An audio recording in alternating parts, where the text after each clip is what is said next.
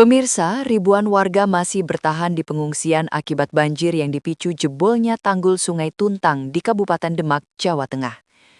Pemerintah Provinsi Jawa Tengah menyalurkan bantuan ratusan juta rupiah dan menegaskan penanganan banjir harus dilakukan menyeluruh.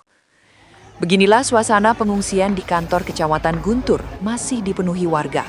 Mereka bertahan dengan fasilitas seadanya, perempuan, anak-anak, hingga lansia menempati ruang utama gedung. Sebagian beristirahat di alas darurat, sementara lainnya menunggu di teras.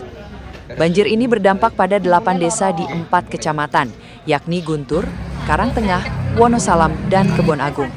Total pengungsi mencapai 2.839 jiwa. Warga menyebut tanda-tanda kerusakan tanggul sudah terlihat sebelumnya, namun rencana perbaikan belum sempat dilakukan. Debit air terus meningkat hingga setinggi dada orang dewasa. Warga akhirnya dievakuasi menggunakan perahu. Kalau panik ya, pas jebolin itu tanggul. Itu kayak air mengalir, sangat kencang sekali gini.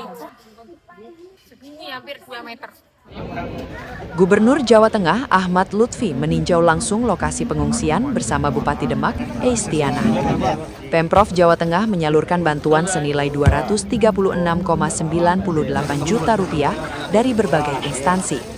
Pemerintah juga memastikan kebutuhan dasar pengungsi seperti pangan, kesehatan, dan pendidikan tetap terpenuhi selama masa tanggap darurat.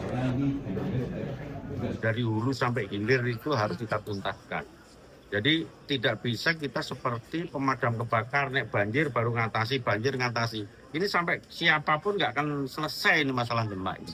Jadi menangani musibah ini tidak bisa satu parsial, tetapi tidak ada yang paling penting, semuanya penting dan semuanya harus bergerak.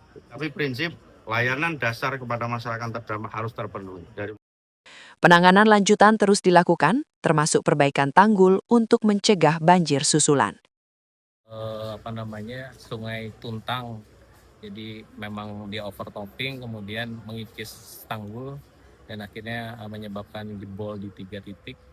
Nah kemudian untuk penanganannya kami sudah menyiapkan 3 eksavator dan 1 doser untuk menangani ini, dan insya Allah dalam 1 minggu itu kita akan selesaikan untuk penutupan dan kemudian nanti kita lanjutkan dengan perkuatan. Tapi ini penanganannya adalah penanganan sementara, nanti kemungkinan akan dilanjutkan penanganan permanen oleh PJSA dari Balai juga, dari bidang PJSA nanti akan dilanjutkan dengan penanganan permanen. Jadi sebenarnya untuk Sungai Tuntang ini memang banyak sekali kompleks, permasalahannya kompleks. Salah satu diantaranya adalah bantarannya itu udah banyak yang berupa hak milik, sehingga dalam penanganan secara permanen itu kita terlalu besar untuk melakukan, misalnya harus melebarkan dimensi sungai gitu.